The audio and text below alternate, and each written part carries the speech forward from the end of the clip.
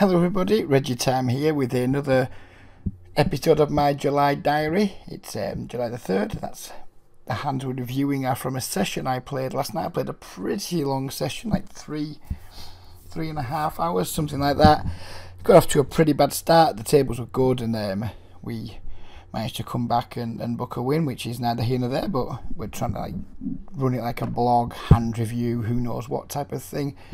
So we're not going to look at results till at least we're a week in, but the month's got off to a good start.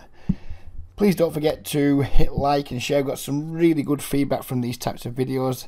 I think it's the best feedback I've had for a while, so I'm glad you guys are enjoying them. The views aren't great, but we're getting lots of thumbs up, so please keep giving the thumbs up. Please keep giving the feedback, good or bad, and hopefully they'll catch on a little bit. I'm still on the lookout for people to coach. I'm not really looking for too many beginners at the moment because I think I can do easily my best work with players who've been playing a while but just can't seem to win. I had some lovely feedback on Facebook today. If you're in the Facebook group, you will have seen it from somebody who was completely unsolicited, saying just how well he's been doing lately after working with me, which it's really nice to see. So hopefully long may that continue. And if any of you guys are long-term players that are not really getting the job done and you think you'd just like to have someone look over your game, well, you know where I am. If you're a Sky player or something like that, a player without tracking software, we can do exactly as I do in these videos. You record your sessions, you catalogue hand times, we can look at them. You don't need to have tracking software to improve your game and to work on your game, and I can help you do that. So all the spam bullshit out of the way, let's crack on. We're showing this hand here on table 2 as the first hand because we're going to be involved with some pots with this dude later on. He was a complete unknown at the time. When I see an unknown, I usually think probably not a regular. Of course, that's not always the case, but I treat them like someone who isn't a regular to begin with, and then we hopefully try and make some reads from there. So we're playing heads up against him, which is completely standard. Button open with the 4-6 suited. And opponent defence, we flop bottom 2, which is a good hand, but obviously incredibly vulnerable to flushes, straights, top pair improving to 2 pair, etc. So I think we should bet pretty big, and we do. I'd have preferred a pound, but 80p is fine. And opponent calls, we turn a 10. So that does improve some of his hands. It improves Queen 10. If he has a hand like 6-10 suited, it improves that. It also can improve into quite a lot of draws. So if he checks again, I think we should bet really quite big, upwards of £1.80. Not sure what we go to. We go big. I like that. Our opponent calls again. And checks again, I think. Yep. And our hands have got progressively weaker as the hand goes on. I mean, we loved it on the flop turn. There's some 2 pairs that he could have improved to. On the river, there's lots of 2 pairs he could have improved to. And very, very, very unlikely straights. So much as I think there's our hands nowhere near as strong now as it was on the flop, I still think it's a mandatory bet. But because we're needing to get called by stuff like Queen Jack, Queen 9, Ace Queen maybe, basically all of his Queen X, maybe some loose 10x floats he's made, although that seems very unlikely. We need to go pretty small here. I think less than half pot's the number. Let's see what we do. We get up nearly to half pot.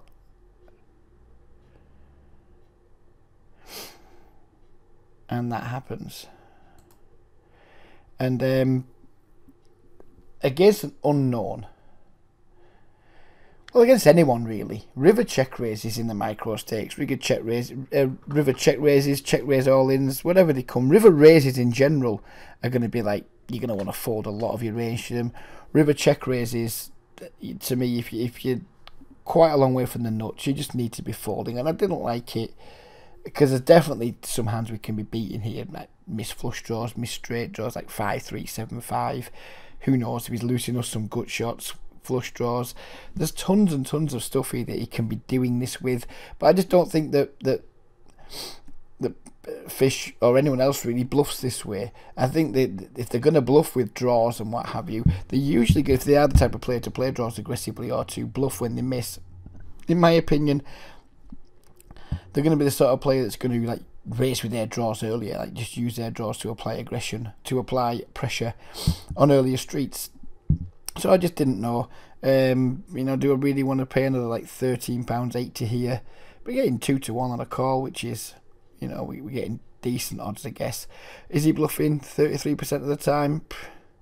Maybe, who knows? But I think, no, if we'd bet bigger, I think we'd had to have called it off. If we bet close to full size pot here, I think calling it off would have been like, really bad. But we bet small, we give ourselves a chance to fold, and I think that's what we need to be doing, because this line just is so unlikely to be a bluff. So yeah, bear this hand in mind for some hands later in the video.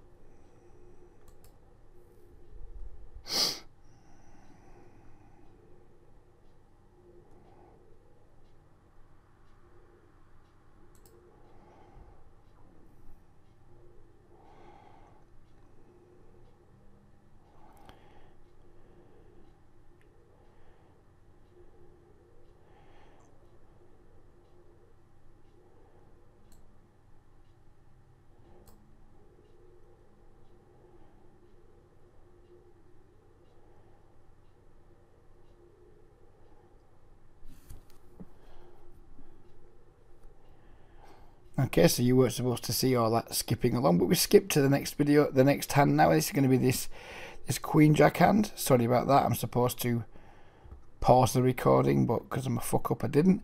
So yeah, we got the Queen Jack. We open. We get min 3-bet by Connor 99, whatever, and we flop. In my opinion, the nuts. I mean, if he's 3-betters with a flush draw, with like who knows what, some kind of 6-7 suited or whatever, who cares, you know, we flopped the nuts. I think the question here is, do we go for a check? I mean, if he has got a hand like ace queen without a spade, is he like, and I don't know anything about Connor, but I think the fact is min 3-bet. When I see these fish min 3-bet, I instantly put them on like really strong high card type hands, aces, kings, ace king, that type of thing. And then rather than just, it's not very often I donk bet, but I don't really want to see another spade come off. I don't want to have him check back with like pocket queens or something with a spade, or pocket queens, and then just like lose value or let free cards come off. So I did something I very rarely do, and I did it for a specific reason, just because I think I have the best hand and because I think I can get called. I like to go with a bet, and I go with a big one too, just really targeting like the top of his 3-betting range pre. I'm targeting all his sets here, I'm targeting his 2 pairs, things like that. If he's got a flush, then good for him, but I mean, what flushes can he really have unless he's 3-betting like low suited connectors, so like a min 3-bet almost. I just don't think he has any flushes here. I mean, what's the flush? Queen Jack of spades? Really? I'm not sure about that. So I just think we've got the best hand. We can definitely get value, and our hand could certainly use some protection. So I went for a big bet. He called, and I just went for the overbet on the turn. I just thought, well, he's not folding anything remotely decent, but he might check some of them back. He might not, you know, maybe, you know, we could have got all the money here just by going check call too. But I actually prefer this line, especially against fishy players who, if they have got top pair, they're not going to fold. So we just donk jammed the turn. He did have the ace king, and we held. So the reason we're looking at that hand is not, I mean, it's a bit of a cooler. We've flopped a straight versus top 2 pair in a 3-bet pot, but it's because I took a different line, and I took a different line because of my population reason more than anything else. I don't know Connor from anyone. He was already tagged green, but that could just have been because he's like, because of his stack, because I'm not familiar with Connor's game at all. It was more just when like players who I perceive to be fish do them in 3-bet, most of the time they've got like high cards and big pocket pairs. This board smashes that range, but I don't want him being passive. I don't want to rely on him making bets, and then he does something stupid like makes a fucking min bet or bets like 3 blinds or whatever. Then you got to start check raising. It all gets messy. I'm just ignoring the pre-flop action. I'm going to just treat the hand like, you know, I've been the pre-flop raiser or whatever, and just try and shovel all the money as quickly as possible, and we achieve that. And it's not a standard line, but I think we can and definitely should deviate from standard lines when playing against fish, and like moving into like very exploitable lines, hopefully safe in the knowledge that we're not getting exploited very often, if at all. So we move on to this hand now on table 1. I think is this the right hand I'm thinking about? Yeah, I think it is. play it through to the actions on us. Big Hawk opening. Big Hawk, in my opinion's very solid player, one of the better regulars for sure. He's open from middle position. It could mean anything. There's nothing much to read about it. But we have had this like light blue tag player who was an enormous whale, and Aussie Mike, who'd been screaming and shouting in the chat about the games being rigged. So we had 2 fish in the pot, and I think it's just time to go for a squeeze here. And I think we need to squeeze pretty big. We're out of position. We're up against 1 or 2 players who, like, if we bet too small, they're just going to call us with their entire range. And then you might think, oh, that's great, you know, we get value with ace king pre, but we're going to fucking miss 70% of the time. And we're left with ace king versus 2 fish that hasn't improved, and it's not a nice situation. So there's already £2 in the pot. I'm more than happy just to pick this pot up pre-flop now. If we get 4-bet by Big Hawk, we're probably just going to fold because we're going to use a big sizing. What we're going to hope to create a really small SPR for when we do hit, we can just hopefully get the money in really quickly, but also generate some fold equity pre. Fine, I get it, we have ace king, but in my opinion, getting a fold here is more than fine. You know, there's already like 10 big blinds in the pot. I'm really happy if we can just like raise this up to like 380 or whatever, £4. Be really happy, just pick the pot up there, and if we don't, then we've obviously got a very good hand that when it flops top pairs, gonna like allow us to win a lot of really big pots. So we do go for the big squeeze, and I really like the sizing. If we go too small, we're just going to get called all over the place, and you don't really want ace king multi-way out of position. It's not what you want. Well, not in my, it's not what I want anyway. Some of you guys might want it, you might be sickos, but I don't. And I'd be happy to get 3 folds. Instead we got 2 calls, and then we completely missed. And it's this at this point of the session, things still weren't going great. I was stuck, whatever. At one point in the session I was stuck 3 buy-ins, ended up at this point maybe I wasn't stuck 3 buy-ins, but it had been an incredibly frustrating session. I'd been doing plenty of 3-betting and missing. I'd been like losing lots of this like £3 and £4 like pots that I'd put £3 or £4 into versus people who only had like the short stacks. It was just a weird session where fuck all seemed to be going right, and I was absolutely frustrated at this point. You know, we're allowed to get frustrated when we play, as long as we continue to play well. We're allowed to get frustrated, and I was frustrated, and this was just like another frustrating situation where you know, we've got the lowest PR that we wanted. I'm not sure what Mike's stack is. We've got like the really low SPR, so if we had a top pair, if that queen, we could substitute the queen for a king or an ace, we could just bet like really small, like £3 and jam turn or whatever, and just happily get all the money in, because we expect to get called a lot. For the same token, I expect to get called a decent amount here if we do bet. I mean, if we're going to bet here, we need to play for fold equity, which would mean we need to bet really big, and even then, do I think Preacher would fold a pair? I mean, he might, but I don't know. But it was a pretty rough situation because, like I said, I was already quite frustrated. If you're 4 buy-ins up and this happens, like, oh yeah, whatever, I'll check fold. But it's hard to deal with when you're stuck a little bit. You're frustrated. You're in good games, but you're not winning. It can sometimes be tempting to force the issue and just try and win pots that you're not really entitled to win. But fortunately, I managed to like stay in control and just checked. It's annoying to put nearly like 19, 20 big blinds in pre and then just check fold post flop. But for me, you think, had Mike not have called them, because we're getting ridiculously good pot odds. We're getting like 7-1, 6-1, 7-1 pot odds. So you could argue that even now we should maybe think about calling. But when it's gone like 3-bet pot, check, bet, call. You know, we're going to need to hit to win. We can't expect to get our ace king to showdown and lose and win very often. So I was annoyed. I was really annoyed. The bet size annoyed me because I didn't want to fold. But I just like, did I? Oh, well, I'm reviewing this hand. I think I fucked this one then. I think I fucked it because I thought I check folded. Proof that I don't look at the hands again beforehand. I think I should just check fold there. Obviously, there was a little bit of frustration in there. I don't think it's a horrible call by any stretch, but at the same time, I don't think it's great. And now we've like turned the nut flush draw on the paired board. I remember the hand now. I was thinking about just like jamming here, trying to put like pressure on something that isn't a queen, hoping that we've got equity. And actually now, given we've called the turn, I think we probably should just jam now. Against the queen, we've got like what, 9, 15, possibly 15 outs against the queen.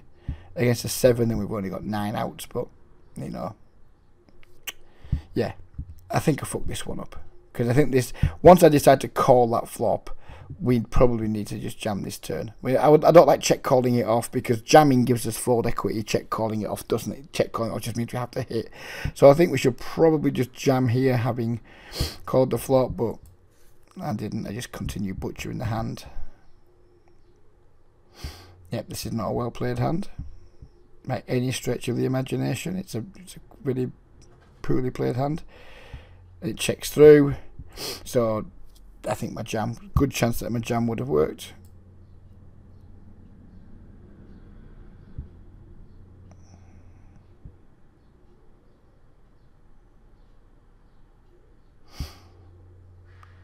Let me just give up.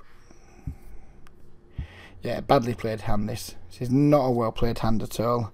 You should probably just check fold flop. Or jam turn. As it happens, there's not in a million years we'd have got through Preacher. I think check fold flop was the line there. We didn't. I think then I should have jammed the turn. I'm not pleased with how I played that hand, but had I gone with the plan of betting river, sorry, betting turn all in, there's no way in hell Preacher's folding. He just wasn't the guy who was going to fold top pair, good kicker. But yeah, overall, not pleased with how I played that hand. But we don't just look at the hands that we played well to show ourselves as a good player, as we talked about before. You know, we all fuck up from time to time. We all play hands badly. We all have hands that if we could play them again, we'd play them differently. This is certainly one of them. I think if I could play again differently, I would just check for the flop. Or I would just jam the turn. So I think we made 2 mistakes in this hand. One of them cost us £2, or the other one probably, by making mistakes, saved us money. So the mistake saved us money, but let's not be result orientated. I still think the turn should probably be a jam, given that we picked up equity. So yeah, not a well played hand, but yeah, you know, it is what it is. None of us are perfect.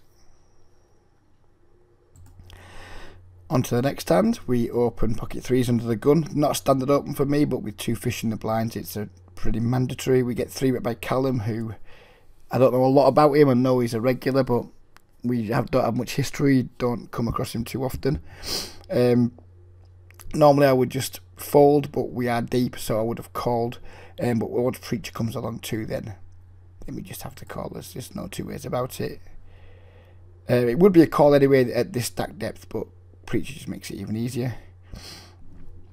We miss our set, so we're all set just to give up, but it checks to us. Let me see a turn and pick up a gut shot.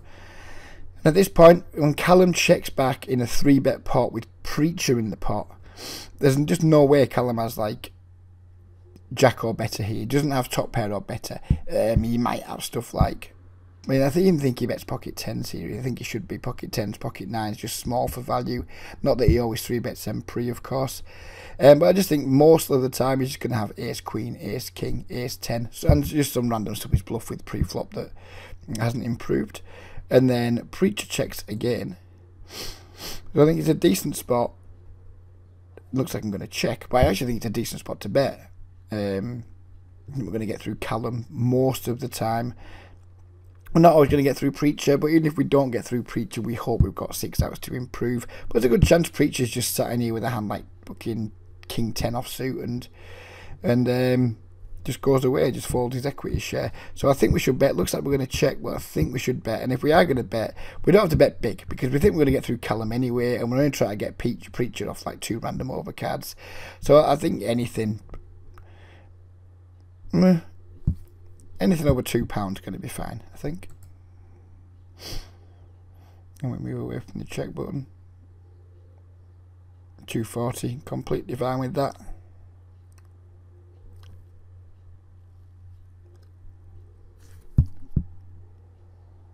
As expected, Callum folds. We make our straight on the river.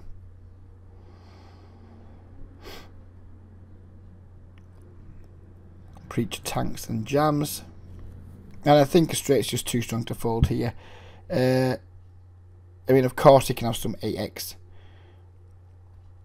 But you can also have like some 2 pairs, some sets, some just random nonsense.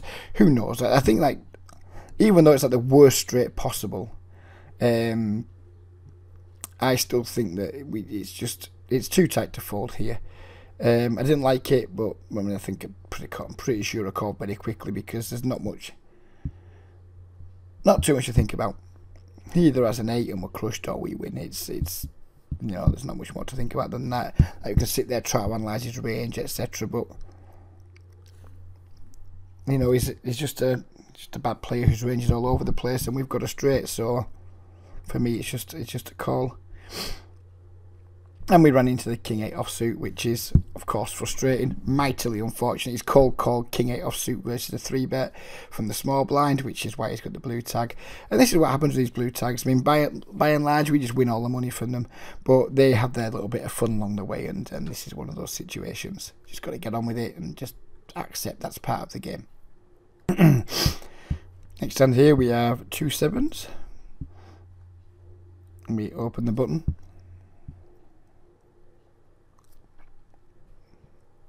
Get a call from a fish in the small blind. We flop a set. Checks. We bet small. You don't need to bet too big on these monotone flops. You want to be stabbing these with a pretty wide range when check 2, because just so often he's going to get folds. If our opponent doesn't have a spade in his hand, doesn't have a pair, he's just gonna, so few floats he's going to have, he's just going to check fold an absolute ton. So you want to be betting smallish with your entire range on flops. We did bet small, he check min raised us. I think this is already an interesting situation because it's still very likely we have the best hand here. If he has flopped a flush, then you know we've got 30% equity against that. And if he hasn't flopped a flush, if he just got like a top pair or something, he's drawing close to dead unless he's got a spade with it. It's a matter of, do we just call here and see what happens on the turn? And that's not like call and reevaluate, it's just kind of call. And if it's another spade comes, then we probably just get away from the hand cheaply. If another spade doesn't come, then we just brace ourselves to play a big pot. And I think that's the correct line to take. I think with 3-bet here, we're going to fold out a lot of his stuff that's value raising that we've got crushed. And we're going to get it in like bad shape versus like a, not bad shape. We maybe get it in decent shape against a draw, but quite often against like made flushes and things like that. The bigger we make the pot on the flop, the more likely and the more we force him to need to have a flush to continue. And I don't want to do that. I want to keep his range as wide as possible. So we just call.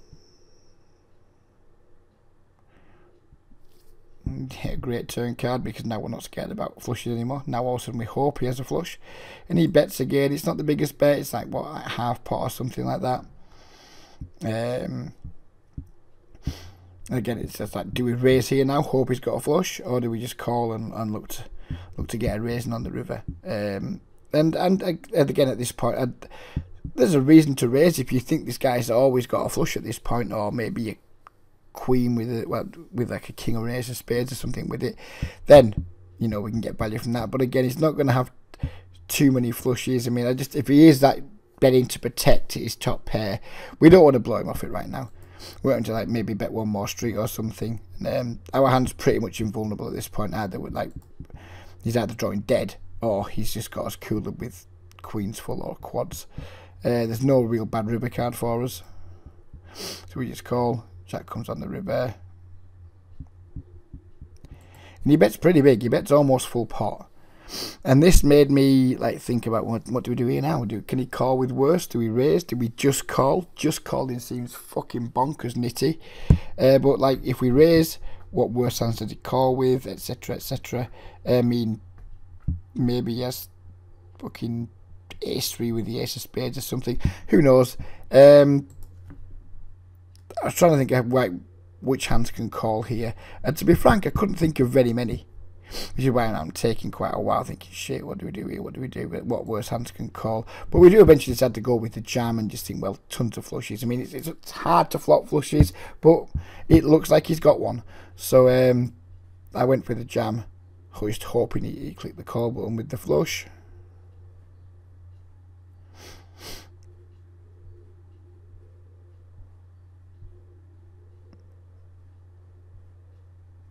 And he folded. But yeah, I think the interesting thing of that hand is not so much the river. Maybe it was a bit nitty on the river, like, oh, should we jam, shouldn't we jam? In fact, definitely nitty because it's just a jam, and did deliver the jam. I think one of my underlying leaks is I do always have just a little bit of like monster under the bed syndrome. I've always had that, probably always will to an extent. I'm always like, I think it helps me more than hinders me. Because I think it helps me fold some hands that other people don't fold. It's not a major problem for me, but it certainly is a minor concern that I've just never really been able to shake. But yeah, I mean, I think the interesting part's the flop and the turn play. Do we just raise the flop and try and get all the money in there, and then do we raise the turn when we fill up, and do we wait till the river? And I think waiting till the river's the correct play. Having the discipline to just not tip your hand too early to your opponent is a skill in itself, and it's one that I think I've got like down pretty well. I'm not scared to slow play. Some people are scared to slow play. They're scared scare cards are going to come off and kill their action or what have you. I think the art of like slow playing strong hands is not dead, but I think good players can still do it. I think lots of like bad regulars and fish are incapable of doing it. They're just too scared of either that the hand being improved past or cards coming on the board that's going to like kill their action. So yeah, I think it's an interesting spot to slow play. I think lots of good players will be slow playing. I think there's lots of other players out there that just wouldn't want to slow play there. And I think our slow play certainly won us one more bet. I think it certainly won us the £8 on the river. Maybe it didn't. Maybe we could have got the money in earlier and won an even bigger pot. But overall, I like my line, and I think it's something that not enough people consider. So now we've come full circle. We're back to where we were at the start of the session. This gentleman's come back into the games, whatever, I'm not going to try and pronounce that. Just call him PKR95. He's come back in, and some context to this hand. I had 3-bet the previous hand, and exactly the same action had happened. I think the player had opened, he'd call, we had aces, we squeezed out of the small blind, and everyone folded. This is the very next hand, we have 2 kings. And this is the guy from the very first hand who check raised us all in on the river, when we had the bottom 2 pairs, and we folded to him.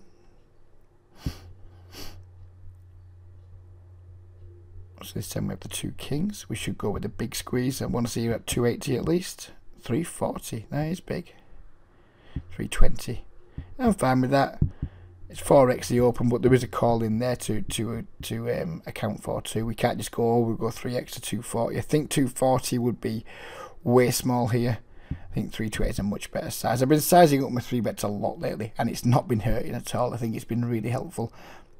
It's been getting me folds when I've wanted them versus regs. It's been getting me calls when I've wanted them versus fish. It's not something I plan on slowing down on anytime soon.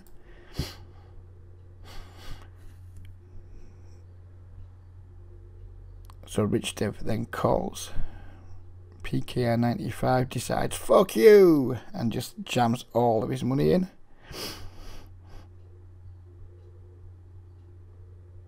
We rejam, of course. Rich Dev gets out of the way, and he has ace-7. There's nothing more to say about this hand, and we'll run it out. We won the pot. But it's just like, if I'd known he was capable of this, and then what we're going to see in the next hand. I'm just playing these 2 hands. I mean, this is just a fish spewing. There's nothing to learn from this as such. But I'm showing the hand because if I'd known he was capable of this type of play with the 4-6, I think it would have made my decision much tougher, and I'm still not sure what I would have done, to be completely honest with you. If I had this information, I think it would have made it a much tougher spot in the first hand, not an easier spot. Sometimes the more information you have, or little bits of information you pick up, can sometimes make some spots even more difficult, because it felt like an easy fold to me. But had I seen this, and then we're going to go on to the next hand now. We'll find that in a moment. Yep, so this one is moved tables again. Now he's on this table.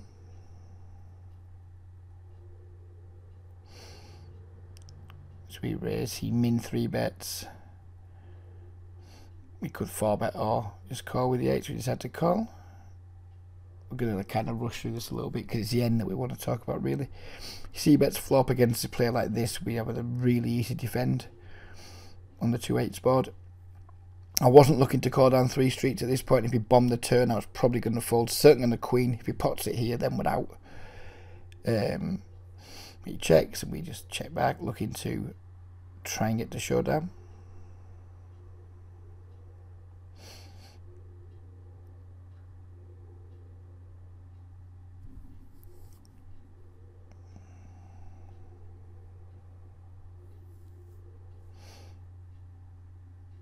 bombs river. I think I called very quickly. And he just showed us like a total bluff. So yeah, this is what I'm saying about the first hand. Had I known he was capable of like these air balls like he did with the A7, like he has done with an 8-10 there, he's like min 3-bet, checked a good shot, bluffed the river, it would have made it much more difficult. And I think I probably would call now with the 4-6. I think it's turned it into like a not a very obvious call, but a call that we need to make. But this just against unknowns. At first I had him as an unknown, so I just assumed not a regular, probably passive. So we went with that default assumption of the population, and maybe that turned out to be wrong. In future I won't be making any big folds against PKR 95, that's for sure. Well, yeah, we didn't know that at the start, so I think it's like an interesting bookend to the video. We had like the tough fold at the start, but we got to know him a little bit better, and we managed to make a pretty nice call against him here on the river with just third pair in a 3-bet pot. So it just goes to show that if you are paying attention at your tables, and you do take good notes, and you bear in mind what people's ranges look like, and you're prepared to change your opinion with the more information you get, you can actually find some spots to pick up chips. I mean, against most players here, it's just a fold. It's not a fold pre, it's not a fold on the flop, but it's probably a fold on the river against most players. But yeah, against this dude, I think it turned out to be an easy call, and it brings into question my fold on the first hand. But yeah, you can only deal with the information you got at the time, and I think I played all the hands I played against him. I think I played well. I think maybe we made a mistake now in the first time, but it wasn't a mistake at the time because we didn't have the information. So yeah, I hope you guys have enjoyed the video. I'll be back in again another who knows when. I record most of my sessions now, not all of them. If we get enough interesting hands in a session, then I'll bang a video out the next day. If we don't, then we'll just wait till we've got enough hands from combined sessions to bang one out. So no promises when the next one's coming, but it will be soon. I mean, it's Tuesday now. It'll be before Friday, or Friday at the latest. Hope you guys enjoy it. If you got this far, again, don't forget to hit the like and share button, and come on England. Let's get it done tonight against Colombia and try and win the World Cup. Bye bye for now.